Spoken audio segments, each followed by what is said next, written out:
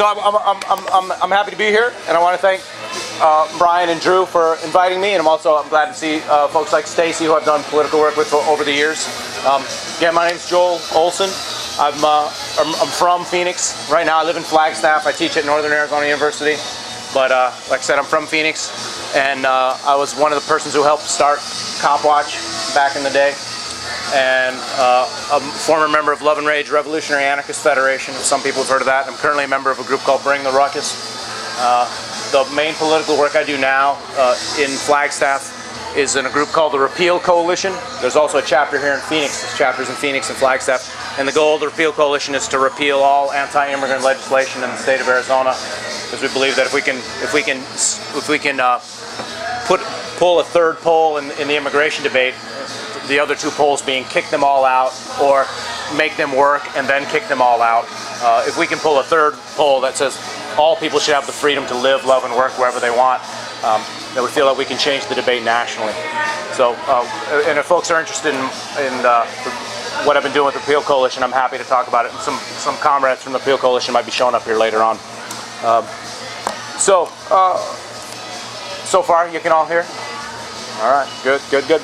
I'm going to summarize a little bit of my book, but mostly I want to talk about is fanaticism, what I think is important about an extremism to politics. And what led me to fanaticism is I was doing research for my book here, The Abolition of White Democracy, and which I have a couple copies here to sell if anyone's interested. But the basic argument of my first book here is I think Brian did a good job summarizing it, is that I argue that American citizenship is really what I call a form of white citizenship.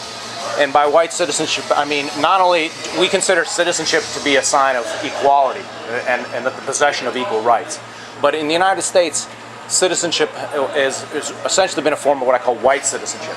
And that because what citizenship has done is that citizenship,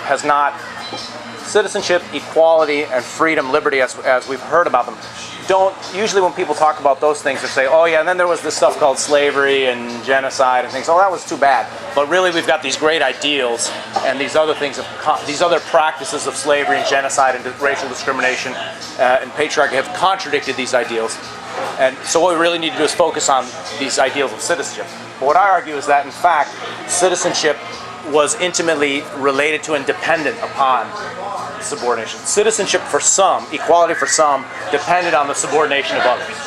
And this begins with the relationship with the rise of racial slavery in the 1700s in the colonial South. But it continues on, I would argue, up until the present. And essentially, what it means to be white, I argue, is whiteness is, as Brian referred to it, is a cross-class alliance. Whiteness is essentially a deal between the ruling class and one section of the working class. And this group here gets called white. But one section of the ruling class agrees to accept certain privileges, such as, back then, the right to vote, the right to bear arms, the right to live wherever you can afford, the right to your kids to go to school. Today, these privileges would include the right to statistically have a very low chance of going to prison, to have a statistically very high chance of going to college, the chance that you are statistically, that if you are a white male in this room, your chances statistically you'll live 10 years longer than the average black man. So, in other words, what one section of the working class has done is accepted certain kinds of privileges, but in exchange for which they agree to maintain the capitalist system by keeping their boot on the rest of the working class. And this boot has taken different forms through history. The boot has taken the forms of slave patrols in 17th, 18th, 19th century, and the Minutemen today.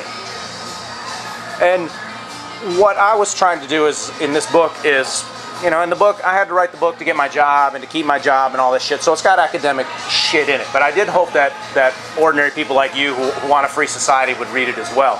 So what I'm trying to argue is not only an analysis of American history and an analysis of citizenship, to say that citizenship is essentially should be understood as a white form of citizenship. And when we see the Tea Party stuff or the town brawls where everyone's attacking Obamacare and all this, mixed in with probably legitimate critiques of an overpowerful government intervening in our lives, is also a deep sense of resentment among a lot of white folks, mostly who are on fucking Medicare, which is a federal program, of course. It's a deep sense of resentment that their white privileges are being undercut by a black president.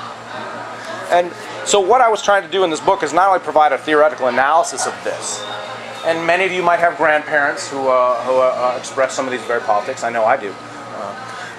What I was also trying to do is to express, how do you fight this? It's not enough to analyze it. You also got to provide an alternative to it. And so the alternative I provide is I take a quote, and a lot of my analysis is based on the work of W.E.B. Du Bois. If you want to know the question, the basic question I'm trying to answer is, why no socialism, why no anarchism, why no radical freedom movements in the United States? That's the question I'm trying to answer. The first person who asked this question with any degree of depth and something that really makes you think about it is Du Bois in a book called Black Reconstruction. 700 pages, worth every page to read, I promise you. But what Du Bois does at the end of the book is he comes up with a concept called, or throughout the book, a concept called the abolition democracy. In other words, he argues that those forces during Reconstruction, after the Civil War, that fought against, that were part of the abolitionist movement, and that were fighting against not only slavery but racial discrimination, this is where really radical democracy lies. And I took that concept of the abolition democracy and tried to, put a 21st century face on it, essentially. And as I was doing that, I was doing research on the actual abolitionist movement.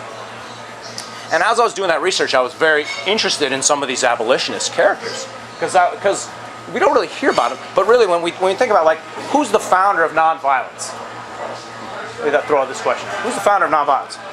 Jesus Christ.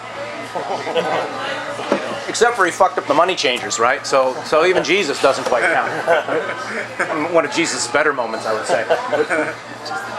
MLK. Gandhi. MLK, Gandhi.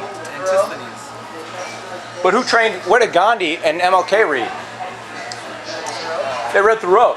So Thoreau is usually considered the founder of nonviolence, but actually it's not. It's bullshit. He took it all from the radical abolitionist movement. This guy William Lloyd Garrison, who developed the first philosophy called non-resistance, but we never hear about it. And so I started reading about these abolitionists, and they invented. Vegetarianism came out of nudism, or not came out of, but they were early vegetarians. They were into things like nudism. They challenged the patriarchal marriage relationship, in which they rewrote traditional wedding vows. They even invented crazy dietary shit like the graham cracker, right? Which is originally touted as something to make you healthy or something, which is now only good for s'mores. But back then it had, so there's all this deep radical history that I never knew about. And so I began, but one of the things that really impressed me about them, and I'm reading this stuff, keep in mind, after 9/11. One of the things that really impressed me about them is these folks were branded as fanatics, as extremists, as zealots by everyone in American society in this time. And they were almost like William Lloyd Garrison, one of the leaders, was drugged through the streets of downtown Boston in 1836 with a rope around his neck because they were going to lynch him because he was a fanatic. And he was only saved by a couple of big German immigrants who says, no, you're not going to do that. But here were folks who were branded as extremists, but yet they didn't shrink from that label. They said, you know what? We are extremists. Yes, we are fanatics, and we are Democrats and radicals, and we have the right. We are righteous, and we are against slavery, and we think that the slave system should be abolished right now. And if it destroys the entire nation, we don't give a damn, because this is an unjust, inhuman system, and any structure that rests upon it, if it has to go, then it has to go. And so here I'm reading, on the one hand, newspaper reports about how evil extremism is, and how can we create, keep in mind this is also George Bush and the Bush-Gore 2000 elections. How can we create a purple America between the blue states and the red states? How can we create a moderate America? And then how can we create, the other articles I'm reading is, how can we create a moderate Islam in which the extremists are sidelined? I'm reading all this stuff, as I'm sure many of you have read that stuff. And then, at the same time, I'm reading these abolitionists saying, no, we're going to be more fanatical. We're going to be more extremists. And we are, and I find myself saying, damn, I'm rooting for these guys. I'm not rooting for the moderates.